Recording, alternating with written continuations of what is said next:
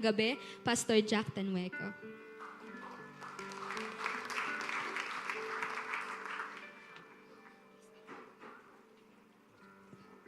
Praise the Lord. Praise the Lord. Sige po, isa pa pong palakpak para sa Diyos. Yan. Praise the Lord. Magandang good evening po sa lahat. Maganda na, good evening pa. Alam ko po, tayo po ay andito. Lagi naman tayong pupunta sa bahay ng Panginoon na wala po tayong ibang layunin, kundi itaas, dakilain po ang ating dakilang Diyos sa ating pang-araw-araw na buhay. Dahil gaya po ng ating inawit kanina, ang pag-ibig po ng Diyos kailanman ay hindi magbabago. Ang kadakilaan, ang kapangyarihan po ng kanyang pag-ibig na patuloy pong nagsusustain sa bawat isa't isa sa atin. Kaya nga po tonight, we will continue to bless the Lord, O my soul, and all that is within me. And isang wilis ako din. Bless the Lord, O my soul, and all that is within me. Bless the holy name of the Lord. Hallelujah. Sige po, isa pang palakpak para sa Diyos. Come on, yung palakpak po para sa Diyos. Hallelujah. So, tapos na po tayo sa ating seryeng pinag-uusapan. Run the race. Tama po, run the race. So, ngayon, alam niyo na, pag dumarating ang Pebrero, ang pag-uusapan patungkol sa pag-ibig, love month, ang sabi nga po ng karamihan. Of course, lagi po nating kasama po yan sa ating mga pangangaral, gaya po ng ating mga inawit kanina. I believe, pagdating po sa pag-ibig, meron siguro kayong mga kani-kaninang karanasan, mga experiences pagdating sa pag-ibig.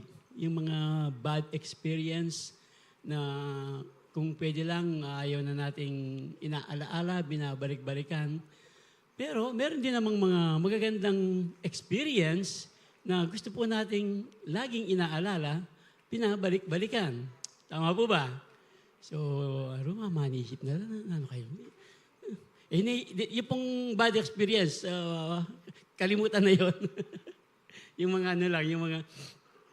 Pero meron po talagang wala nang gaganda pang experience na pag-ibig na ating pong pwedeng laging aalalahanin maliban po sa pag-ibig ng ating dakilang Diyos. Amen. Amen. Kaya nga po, ito ang ating pag-uusapan ngayong gabing ito. Experience the best of God's love. Experience the best of God's love. Paano nga ba talaga natin ma-experience o marahil naranasan na natin at patuloy na nararanasan ang talagang the best of God's love. Pero ngayong gabi po, mas bigyan pa natin ng diin kung saan po nanggaling talaga ang talagang experience ng pag-ibig ng Diyos sa ating mga kani-kaniyang mga buhay. Praise the Lord. So, experience the best of God's love. So, ano po ito? Love month. So, kayo na po. Pero ngayon po, itabi niyo muna yung February 14. Masyadong advanced niya. Anyway, tuloy po natin. Sabi po ng salita ng Diyos, Jeremiah 29:11, ating pong pag-uusapan, paano po talaga natin ma-experience ang best of God's love sa pamamagitan lang po yan ng pananampalataya kay Kristo Jesus. Experience the best of God's love through faith in Jesus Christ. Through faith in Jesus Christ. So, bigyan po natin ng diin. Yan pong Jeremiah 29:11.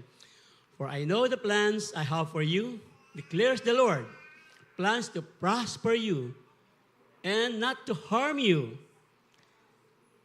Plans to give you hope and a future. Plans to give you hope and a future. Patuloy po, dakilang Diyos, aming panalangin ang iyong kapangyarihan, ang iyong presensya sa aming kalagitnaan, ang iyong kapangyarihan.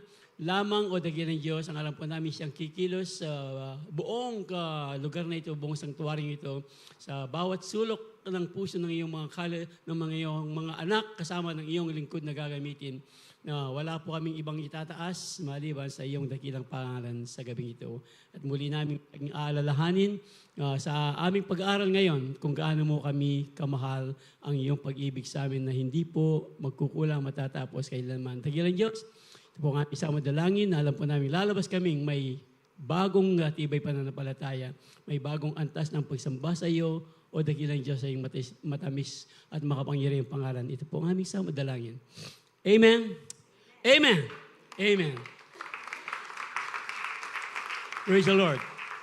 So for I know the plans I have for you, declares the Lord, plans to prosper you. Pag naririnig po natin yung prosper, marami po ang iniisip. Laging itong patungkol sa material na bagay, finances, mga possession, mga gadget, iPhone 17, prosper. Pero mas malalim po ang definition po ng KJV, ng King James Version. Ang sabi po ng King James Version, for I know the thoughts that I think toward you. The thoughts, plans toward you, said the Lord. Yung pong thoughts, plans. Thoughts, ano po ito? Thoughts of peace, prosper, and not of evil, to give you an expected end. So pag pinag-usapan po yung prosper, dito po sa original, nakahulugan dito, hindi lang po basta material. Pangalawa lamang yan, sumusunod lang po ang mga bagay na yun. Pag pinag-usapan po itong Jeremiah 29:11, that plans to prosper you, yung pong pinag-usapan din, yung pong wholeness, yung prosper, yung shalom, peace. Ito po ang talagang gusto ng Diyos, plans to prosper yun na magkaroon po tayo ng buong kapayapaan, hindi lamang sa panahon ng kasaganaan, maging sa panahon po ng mga pagsubok, mga tribulation, o mga pangangailangan. Ito po ang gustong ipaintindi ng salita ng Diyos, plans to prosper you, to give you wholeness, peace, well-being. Kaya nga po, sinasabi natin palagi, shalom, shalom, shalom. Kamusta ka na? God is good, shalom, shalom, peace. Peace pagdating po sa Panginoon, pag siya po ang ating kasama, gusto po niyang ipa-experience palagi sa atin ang kapayapaan. Gusto niya po niyang maranasan natin araw-araw sa ating mga buhay. Amen. Amen. Kaya nga po, kung paano po natin talaga ma-experience yung best of God's love, paano nga ba? Yung unang siguro step na ma-experience po natin ang God's love, we can experience the best of God's love na sinabi po natin sa pamamagitan ng pananampalataya kay Kristo Jesus, acknowledge Him as Lord and Savior. Ito po yung unang-una. Alam ko po, marami na po sa atin, yung pong ating mga bisita ngayon, maybe na rinig nyo na ito sa mga ibang mangangaral, pero ito po, ay bibigyan natin uli ng diin na hindi po magbabago ang pag-ibig ng Diyos when we acknowledge Him as our Lord and Savior. Ito po yung unang-unang bahagi na ma-experience po natin the best of God's love. As all the prophets testify about Him, that anyone who believes in Him receives forgiveness of sins and through His name. Ito po, ang lahat daw po, everyone who believes in Him, yung paniniwala po kay Kristo Jesus, ito po ang siyang unang-unang paraan po para tunay po nating ma-experience, maranasan ang best of God's love. Dahil alam po natin, mahal na mahal po ng Diyos ang bawat isa sa atin. Babasahin po natin yan mamaya sa ilang bahagi ng talata. In fact, according to the law of Moses, nearly everything was purified with blood. For without the shedding of blood, there is no forgiveness. Na lagi po natin yung inaalala, mamaya tuwing tayo po ay nag-Holy Communion, lagi po natin inaalala kung gaano po talaga ang pag-ibig ng Diyos sa atin na talagang meditate lang po natin na yung napaka-mahal na dugo ng ating Panginoong Yesus, ang siyang maghuhugas ng ating mga kasalanan. Without the shedding of the blood, there is no forgiveness. Ito po, forgiveness po, is the best gift, the best experience that we can ever have pagdating po sa ating mga kani-kaniyang mga buhay. At pag naisuko na po natin, when we acknowledge Jesus as our Lord and Savior, ito po ang kauna-unahang paraan po para ma-experience po natin ang kanyang pag-ibig. nararanasan po natin, kahit nang hindi pa mananampalataya, nang tayo po ay hindi pa mananampalataya, nararanasan po natin ang pag-ibig ng Diyos, ang kanyang biyaya, ang tinatawag po natin common grace. Remember, common grace. Yung pong araw, sumisikat, kahit sa mga masasama, kahit sa mga kahit sa mga nababalitaan natin, nag-flood control, nag-ghost project. Mahal po lahat ng Diyos. Hinihintay po ng Diyos ang bawat nilalang na talagang lumapit sa Kanya, kilalanin siya bilang Panginoon at tagapagligtas. Kaya nga po, ito pong aral na ito, ito pong katuruan ito, talagang kailanman ang Kanya pong pag-ibig, ay hindi namimili ng kulay, hindi namimili ng pinag-aralan. Ang sabi nga ng John 3:16, na sinasabi ko po kanina, for God so loved the world, marahil po, meron pa kayang hindi naka-memorize nito, no? Lagi po nating sinasabing memorize po na ito na napakaganda. At for God so loved the world, that He gave His one and only Son, that whoever believes in Him shall not perish but have eternal life. Ito pala ang pwede nating talagang sabihin kayo mapangan. Paka-meditate. Yan, mas. Pakanam naman me, na kaya po kamampangan, pakanam naman me po ang amano na ng Diyos, kaya po sasabihan na kaya kaluguran, nakatamong kaluguran, mahal na mahal tayo ng Diyos. The world, kaya nga the world walang pinipili. Di ba meron pang ang awit yung mga bata, Jesus loves children, Jesus loves the little children, all the children of the world, red and yellow, black and white, they are precious in His sight. Jesus loves the little children of the world. So, yung mga children, kasama po tayo, hindi lang yung mga little children. Red, yellow, black and white, Ilocano man, lahat po yan. Wala pong pinipili ang pag-ibig ng Diyos. Ganito po katindi. Ipinahayag niya ang kanyang pag-ibig, ang kapahayagan ng kanyang pag-ibig na masusumpungan po dito sa talatang John 3:16. At mararanasan po natin ang kanyang best of God's love. Sabi nga po, madalas sinasabi natin for the last months, hindi po automatic, di ba? Para maranasan po natin ang pag-ibig ng Diyos, nararanasan natin yung common grace. Of course, yung common grace, nararanasan natin yung hangin, yung araw sumisikat. Pero yung personal pong mararanasan natin, ang best of God's love niya, sabi nga, hindi automatic. Nakasulat po dito, whoever believes in Him. Whoever, kailangan palang paniwalaan natin ang ginawa ni Kristo Jesus. Ano ba ang kailangan nating paniwalaan? Alam po natin, nagkatawang tao ang ating Panginoong Kristo Jesus para po mamatay ang tao dahil bilang Diyos, hindi siya pwedeng mamatay. Dahil ang bawat isa po sa atin, ang sabi ng salita ng Diyos, 3:10 Roma, 3:23 Roma, bawat tao ay nagkasala, 6:23 ng Roma, ang bayad ng kasalanan ay kamatayan. Lahat tayo nagkasala. Entonces, mamamatay tayo. Hindi lang po basta physical na kamatayan. Mapupunta po tayo ng impyerno. Ito po ang ayaw mangyari ng Diyos.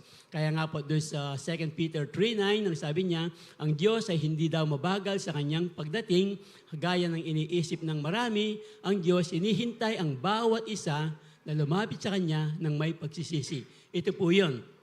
That whoever will believes in Him, paniwalaan lamang ang ginawa.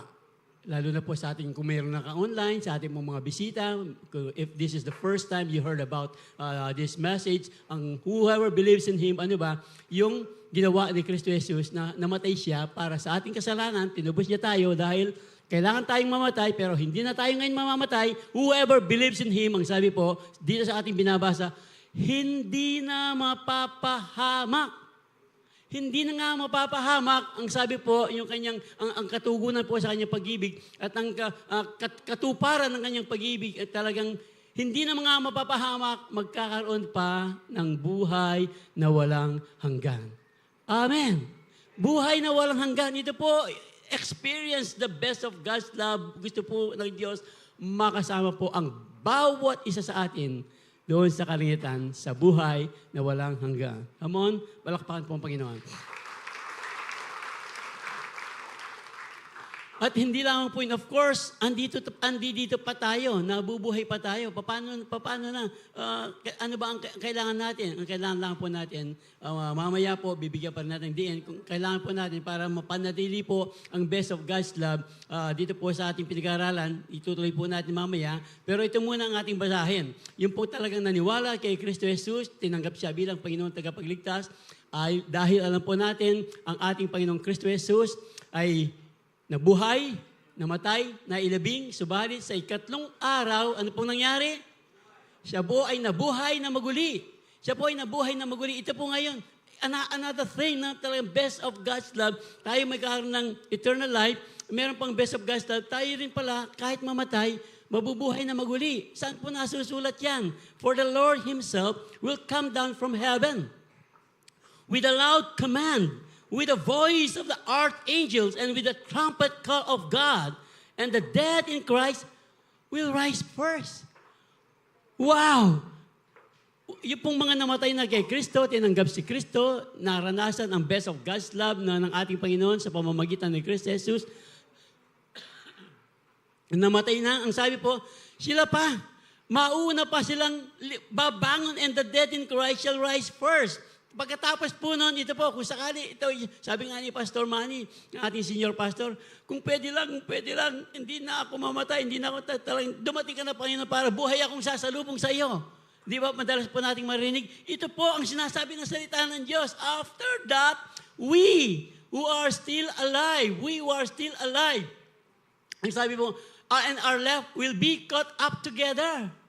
Will be caught up together with them in the clouds to meet the Lord in the air. Wow! Sasalubuhan po natin ang Diyos doon sa arapaap, doon sa langit. Ito po yung tinatabang na rapture. Iba pa po yung second coming. Mas malalim pong pag-aaral yon. Pero ito pong rapture, wala po yung salitang rapture sa salita ng Diyos. Pero ito po ang ibig niyang sabihin, will be caught up. Tayo po'y kukunin, mas nauna po yung namatay kay Kristo at tayo po mga buhay pa. Kaya nga po, if we want to continue, talagang experiencing the best of God's love, ay yung pong pagdating ng takdangan, can you imagine that? Di ba, lahat tayo ngayon, kung talagang naisuko ang ating buhay kay Kristo, talagang lahat tayo ngayon, sasalubong sa Kanya, wow na wow. Pero ganun pa man, kahit hindi pa, wag lang po tayong bibitaw para po pagdating ng araw, yung pong pinag-usapan natin, sasalubungin po natin. Kung sakaling mamatay tayo, nakikay Kristo, una pa pala tayong babangon. Muna tayo pa kanong tigdom, salubong kang Kristo Jesus, at kailangan po natin mabiyepa. And so we will be with the Lord forever. This is the best of God's love. This is the best of God's love. Yung pong forgiveness, salvation, ay tunay pong nakakamangha. Forgiveness and salvation are truly amazing. Pagdating po sa pag-ibig ng Diyos, wag po natin kalilimutan. Sabi nga, hindi automatic yung pong pananampalataya natin. Wag po natin bibitawan ang pananampalataya niyan para patuloy po natin maranasan ang best of God's love. Hindi lang po yung eternal life ang pangako ng Diyos sa atin. Hindi lang yung eternal life. Ang sabi po ng salita ng Diyos, ano pa yung best of God's love? Meron na tayong pangakong eternal life. Sabi po ng salita ng Diyos, yet, to all who did receive Him, to those who believe in His name, hindi lang eternal life. Ang sabi po, He gave the right to become the children of God. Tayo po ngayon ay mga anak ng Diyos. Sino po yung mga anak ng Diyos? Sumigaw ng amen. The best of God's love, hindi lang yung pangako yung eternal life. Wow. I am a child of God. I am a child of God. In my country, 1, 2, 3, sasisigaw po natin. 1, 2, 3, I am a child of God. 1, 2, 3, I am. Isa pa. 1, 2, 3. Iyan po ang pangako ng experiencing the best of God's love.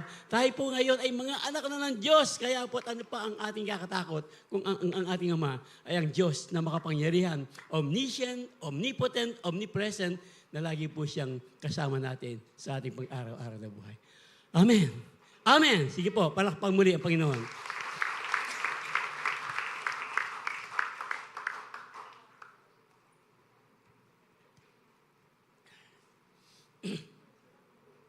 Praise the Lord. Tuloy po natin. See, ganito po tayo kamahal ng Diyos.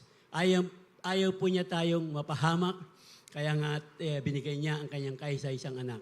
Dahil ang gusto po ng Diyos ay makasama tayo doon sa buhay na walang hanggan. Alam po naman natin, tayo po ay talaga may panalangin, may pagnanais na ang ating pong mga pamilya, maging ating mga kamag-anak, mga kapitbahay, ay gusto rin po nating makasama doon sa kalangitan. Kaya nga po, huwag nating bibitawan yung pananampalataya para makita po ng ating mga mahal sa buhay, mga kapatid, mga pamangkin.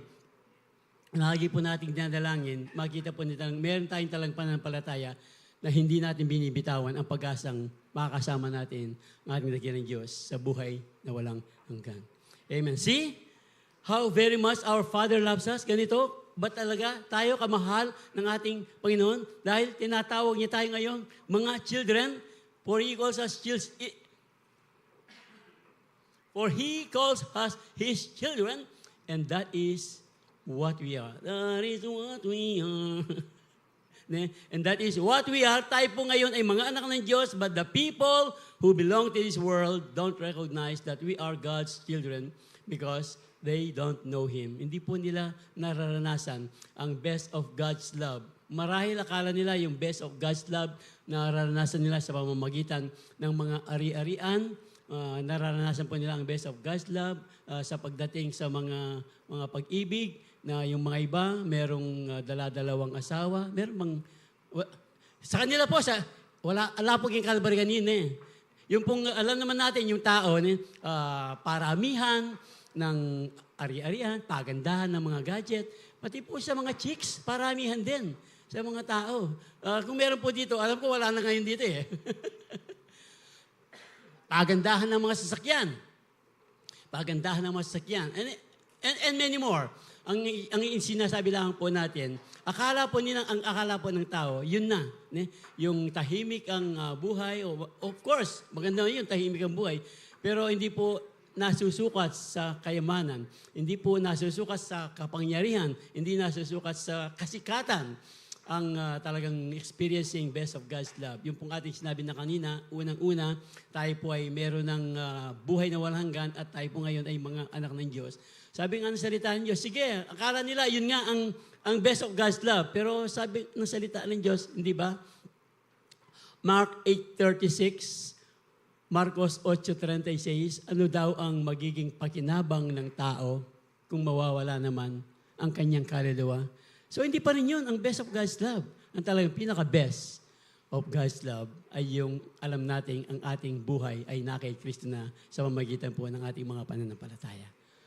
Amen. Amen. Kaya nga, you can receive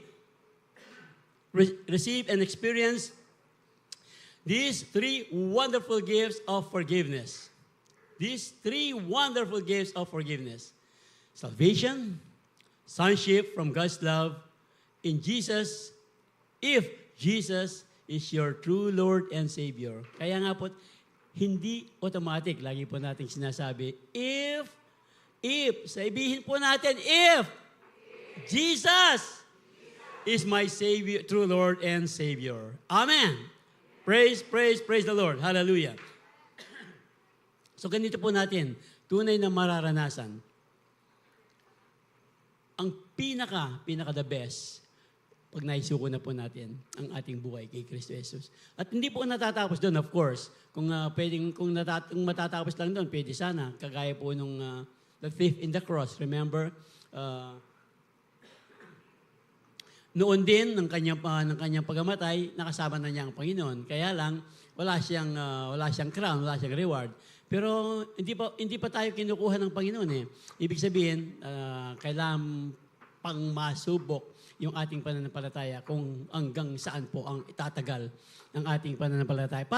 Para mas maranasan pa natin, madagdagan pa ang gustong iparanas ng Diyos sa atin patungkol po sa kanyang pag-ibig. Kung tayo po ay magtitiwala, when we trust in His wonderful promises. When we trust in His wonderful promises. Yung pong wonderful promises ng Panginoon, kumisan, alam mo, mayroong pangako ang Panginoon, pero para bang ang tagal nang hindi pa, ang tagal hindi pa dumarating. Darating pa kaya ang pangako ng Diyos? Marami na po tayong pinag-aralan patungkol po sa pangako ng Diyos na natupad. Si Amang Abraham ng ating pananampalataya, naghintay po siya ng maraming taon, pero natupad po ang pananampalataya ni Abraham na siya po ay magkakaroon ng lahi sa pamagitan po ni Isaac. Si Joseph, na alam po natin,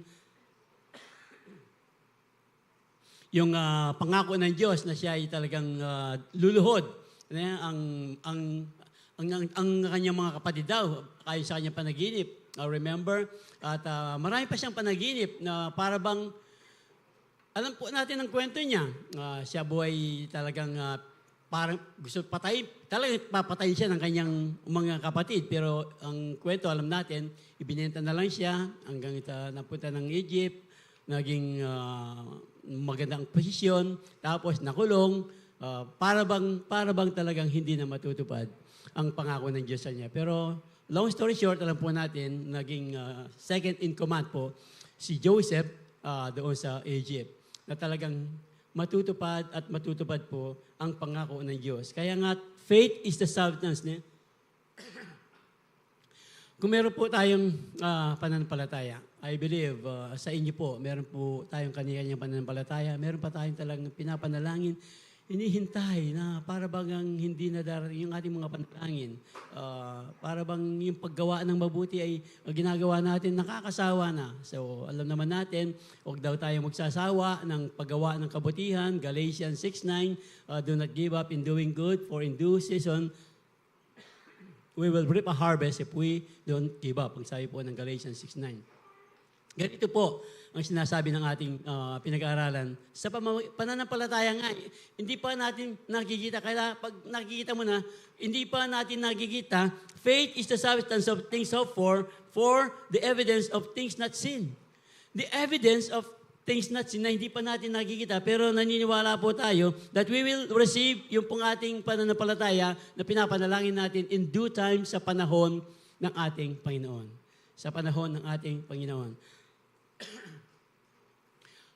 Paano ko ba ito ay paliliwanag? Siguro, ganito po yan. Nung ako'y nagtatrabaho doon sa isang company, gumagawa po kami ng furnitures. Tapos, I was the one running the company. Along the way, marami pong pagsubok. Yung pong aming factory ay nasira dahil po sa pinatubo. We were down mga 5 billion siguro. And then, pero nagpatuloy pa rin kami. And over time, umangat. At abang umangat, ang sabi po ng boss ko sa akin, dahil during that period, I was driving a Beetle. Bali rin Beetle, Coaching Cuba. So, yung una kong minamaneho, nasira, kinain ng kalawang. So, pinano namin, piniscrap. So, wala akong sakyan. Yung boss ko, meron siyang another sakyan. Beetle din, Cuba rin. Medyo angat naman ng konti. Super Beetle naman. Super Beetle. So, I was driving that Beetle for 27 years ng pagtatrabaho. In between those, ang sabi ng boss ko, pag lumakas yung ating factory, kasi para lumakas, that was 1999, lumakas naman, sabi niya, ibibili niya ako ng bagong kotse. Wow! Nagpunta kami sa kasa, talagang nagtingin-tingin ako, ito na yung, tapos, so yun nga, umabot ng 27 years, hindi pa napapalitan yung kotse. Hanggang pong namatay na yung boss ko, hindi pa rin napalitan ng bago yung kotse. Pag dinadrive mo talaga, marami na pong mga youth dito nakasakay dun eh. Lumalaki yun. Pag kahit 8 po, kasya dun. Magtakala po yung youth, sina Paul Bondok noon. Pag pinagkakasya si Hernan. Yung mga apo po ni Bishop Hernan. Pag meron po kami lakad, nagkakasya kami, nagtataka sila. Basta daragulini ako. Nagkasya. Anyway, long story short, namatay yung boss ko dahil nga nagsaring pa niya. Nagtiwala ako sa boss ko, nabibigyan niya ako ng kotse. Wala. Anyway, naibenta naman. At buti na lang, iniwan sa akin. Naibenta. Tapos, yung dinadrive nating Toyota Vios, napalitan. Second hand lang. Pero a lot better naman dun sa pananampalataya talagang, yung talagang magkaroon ka ng bago sa sakyan. Matutupad pa kaya? So, nung nawala yung trabaho, kakaba ako nag-open po ako ng sariling shop on my own dahil baka dito matupad na yung pangarap kong magkabahay. Dahil ang dami kong pangarap pag ako'y nagkaroon ng sariling factory. Ito. Pero it didn't work talaga. Nakabili nga ako ng bagong sakyan na second hand, hindi hanggang may sarap po. Tapos, noon pa talagang may panawagan ng Diyos nagpipris na po ako noon pa. Pero long story short, nag-full time po ako sa pagiging, kaya nga po andito ko, nagpipris sa inyo. Nag-full time ako. And then dahil po, mabuti ang Diyos, hindi kasi sa tao magtitiwala. Yung pong ating pinag-usapang topic run the race, ayun, yung po pananampalataya, titunupad na po ng Diyos. Ngayon po, meron na akong run the race with Toyota Race. Bago yung po. Paano yun po? Wata pong mag-drive ko. Lord, tutubay na. Mag-drive kong bayo sa akin, Toyota Race. Kaya makitagalan niya. Sabi daw po, huwag kang magipag-race ha, sabi po ng mga iwang kasama. Anyway, ang point lang po, bakit kaya ko po yung na-share, meron po tayong kani-kanyang mga pangarap, mga factory, yung ating mga mahal sa buhay. Hindi lang po basta material. Ang sabi nga ng ating dagdag lang po ito. Ang sabi po ng salita ng Diyos, seek ye first the kingdom of God and His righteousness, and all these things will be added unto you. Dagdag lamang po yan para sa ating pananampalataya. Amen. Praise the Lord. Praise the Lord. Kaya nga, blessed is the one who trusts in the Lord, ang sabi po ng Jeremiah, whose confidence is in Him. They will be like a tree planted by the water that sends out its root by the stream. It does not fear when heat comes. Ito po yung ating sinasabi. Dahil po sa pinaparanas na ng Diyos, yung kanyang best, patuloy niyang pinaparanas, kahit dumaan man tayo ng mga pagsubok, it does not fear when heat comes. Its leaves are always green. It has no worries in the year of drought and never fails to bear fruit dahil lagi pong gustong iparanas ng Diyos ang kanyang best of God's love sa bawat isa po sa atin. Amen. You will keep in perfect peace. Ito po yung isa pa. Yung talagang kapayapaan, pag talagang, marami na po tayong naranasan. Kayo po, yung pong mga nagpapatotoo dito, kahit sila po ay nasa mga gitna ng problema, hindi po sila nagpapanik pag dinadaan na ng problema. Bakit sila po ay nagtataka? Bakit payapa sila? Dahil yun po ang binibigay ng Diyos, yung pong kanyang best of God's love, yung pong kapayapaan. He will keep him in perfect peace, whose mind is stayed on you. Because He trusts you. Because He trusts you. Kaya nga po at muli, balikan lang natin, yun po talaga ang mga pangako ng Diyos. Marami ang mga pangako ng Diyos, kanya-kanya po ang pangako ng Diyos sa bawat isa sa atin. Pero no matter how many promises God has made,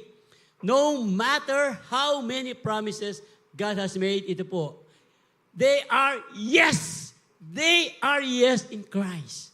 They are yes in Christ. And so through Him, the Amen is spoken by us to the glory of God. Pag sinasabi po ng Diyos na ang kanyang pangako are yes, laging lahat yes sa Panginoon, ang sasabihin po natin, Amen. Amen po yan talagang, so be it.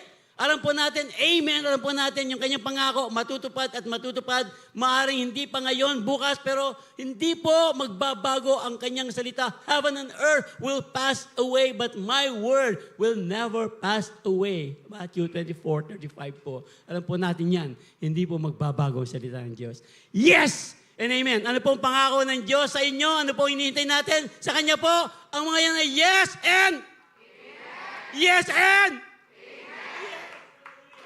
praise the Lord!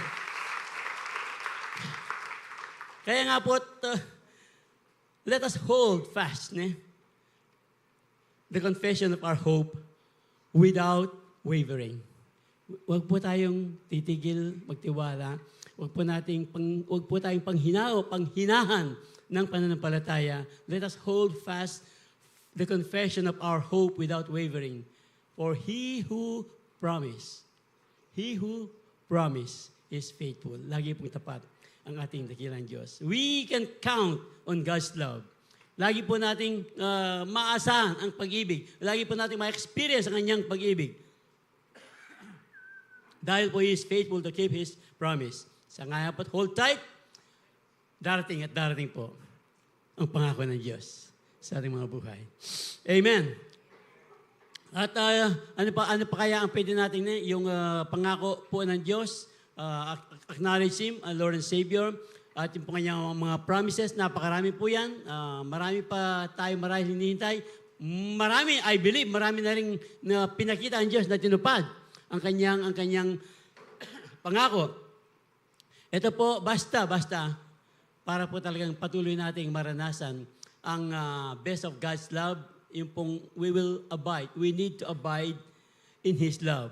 Hindi lang po ngayon, bukas, wala muna, sa susunod na linggo na lang, kaya sa Miyerkules, abide in His love.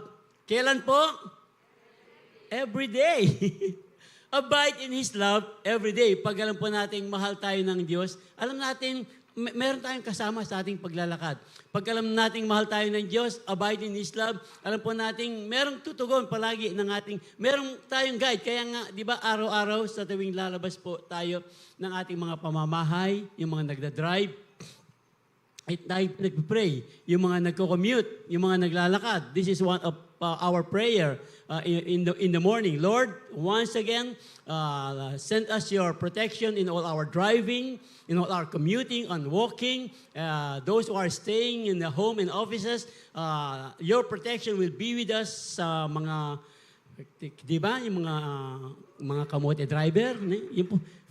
Minsan, nagpe-pray po kami na napatawa po ang ating senior pastor dahil meron po kami pinuntahan, gamit po yung sakyan niya. Ako nag-pray, Lord, nagpalis na pa, guide us, protect us sa ating paglalakbad, pati po yung mga kabote driver. Totoo naman, di ba? Ala naman po ganyan Wala ditong kamote driver. Wala matindi. Ala naman Praise the Lord. So, alam po natin, we will experience yung pong God's love pag tayo po ay talagang nananahan sa kanyang pangako. Abide in His love every day. Dahil alam po niya, alam po natin, hindi po niya tayo pababayaan, iiwan. Yung abide, ano po ito? So, marami ang ibig sabihin ng abide Yung Greek po, meno, stay in, remain, live, dwell, abide, endure. Kasama pala yung endure pag abide in His love. It's about being in a state that starts and keep going. Yung pong hindi ba lang basta ningas gugon. Start ka pero keep going. It's about no expiry date needed. Yung pong abiding in His love, abide, hindi po na-expire. Huwag po natin hayaang ma-expire yung pag-abide natin sa ating Panginoon. To settle in, to let roots dig deep. It's about remaining, staying, living, dwelling, continuing, enduring. Pag hindi pa naman talaga nag-sink in, yung pong abide in His love every day. Being present, standing firm, tarrying, waiting it out, holding it tight. It's a vibe of steadiness and trust. Sa Tagalog, siguro sa Tagalog, ang sabi po ng Tagalog, manatili, abide, manahan, tumira, sumunod, sumunod. Amen. Tiisin. Maghintay. Abide, maghintay. Everyday, maghintay. At isa pa, magpakatatag. Magpakatatag po tayo sa ating pananampalataya. At ang Diyos po ay tutugon sa ating inaasahan. Hindi inaasahan, pero sa Diyos po, laging may timing po ang pagtugon ng Diyos sa atin. Come on, sa pagpalakpak para sa Diyos. Woo! Abide po, ito po yung ibig po sabihin ng abide, by keeping His commandment. Keeping His commandment. If you keep my commandments, ang sabi po ng salita ng Diyos, you will abide in my love. Yun pala yun. Keeping His commandment is abiding in His love.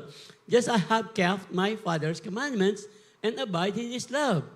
These things I have spoken to you, that my joy may be in you, and that your joy may be full.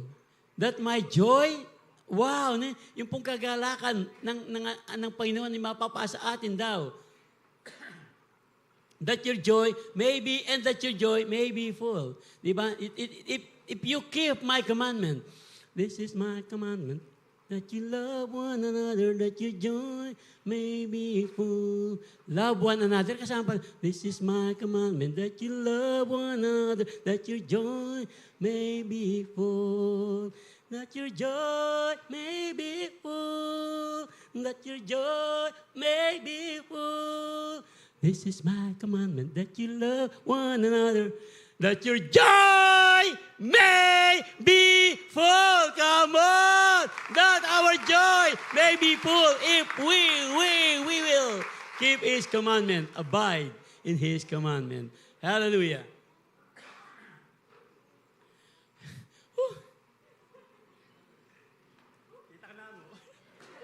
Lord, dito ka na. Praise the Lord. Makapagtis kayo pa po. Habang yung patad-patad niya po. Praise the Lord. Makayamala po. Mayumula po talaga rin ang mga doon ng Diyos. Makayamala pong pag-aralan. Uling, ila po rin mamiyay katatagan kaya katamo. Magpakatibi kaya katamo. Bantay itamo po tabili. Lalo tamo pong mga lawat. Mangunyapit sa kanyang mga pangako. Para alam po natin, in due time, andyan na po. Andyan na. By faith, andyan niya. Ang pangako ng Diyos. By faith. Ibibigay po ng Diyos ang kanyang pangako. Amen. Kaya nga po, huwag po tayong, yung mga, ano bang pwedeng maghiwalay sa atin sa Diyos? Mga pagsubok pa, mga iba't ibang uri ng mga pagsubok. Who shall separate us from the love of Christ? Trouble? Hardship? Persecution? Hindi po ito who shall separate us from the love of God? Shall trouble, hardship, persecution, famine, nakedness, danger, or sword? As it is written, for your sake we face death all day long. We are considered a sheep to be slaughtered.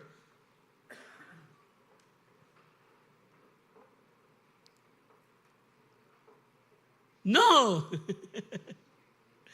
We are considered to be no! Sabi po, walang makapaghiwalay sa atin. No! In all these things, we are more than conqueror. Kanina po, sa pamamagitan po ng pagmamahal niya sa atin, sa pamamagitan po ng nagmamahal sa atin, Kristo Jesus. No, in all these things, we are more than conquerors through Him who loved us. For I am convinced, we are convinced that neither death nor life, neither angels nor demons, neither the present nor the future, nor any power, neither height nor depth.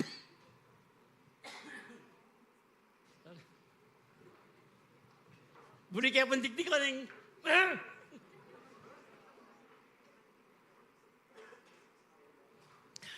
Mga pasubo ko po.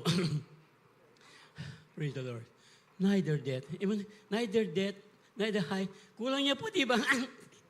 yung diin po na salita, neither depth, nor height, nor depth, nor anything else in all creation, will be able to separate us from the love of God that is in Christ Jesus our Lord. Kung na-experience po natin, palagi araw-araw, daily, obeying His commandment, abiding His commandment, yung pong mga bagay na pinag-usapan natin, hindi po yan pwede. Hindi po yan magagamit ng kaaway para mahiwalay po tayo sa pag-ibig ng ating dakilang Diyos. Amen. Hallelujah. Hallelujah. Nothing can separate us from the love of God. Yung pong mga trials, troubles na binasa po natin, even death, we are more than, hindi lang basta conqueror, we are more than conquerors. We are more than conquerors. Pag lagi po nating inaalala, abiding in His commandment, abiding in His love. Praise the Lord. Ne? Yung pong, ano nga niya? Napakatindi na po nating binasang ito. So, nasa atin po kaya? Talaga ba? Gusto nating ma-experience sa ating pong mga buhay, sa ating, gusto ba talaga nating ma-experience, totoong ang best of God's love? Ang best of God's love?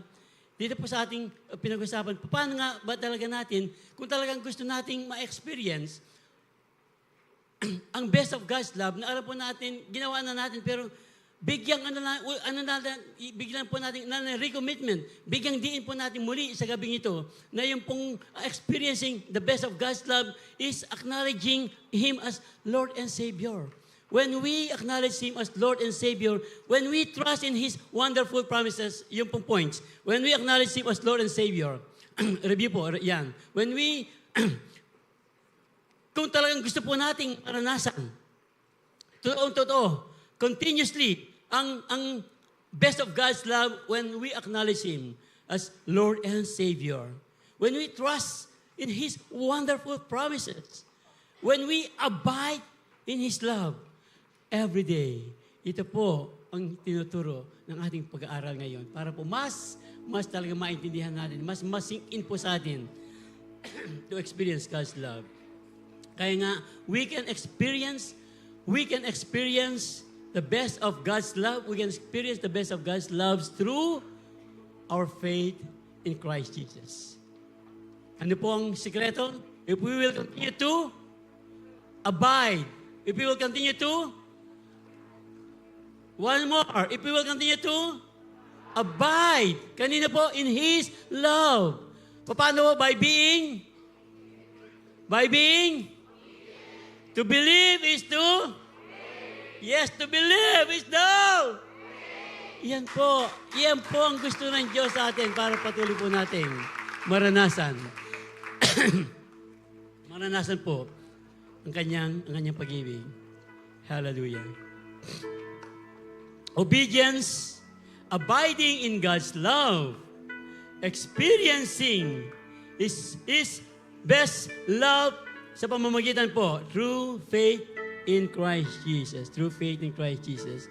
Kaya nga po, muli, ibabalik ko po ang tanong. Andito po yun. Do we really want to experience the best of God's love? Na atin na pong pinag-aralan ng matindi. Abiding in His love. Abiding in His love. Talaga pong mararanasan po lamang po natin yan.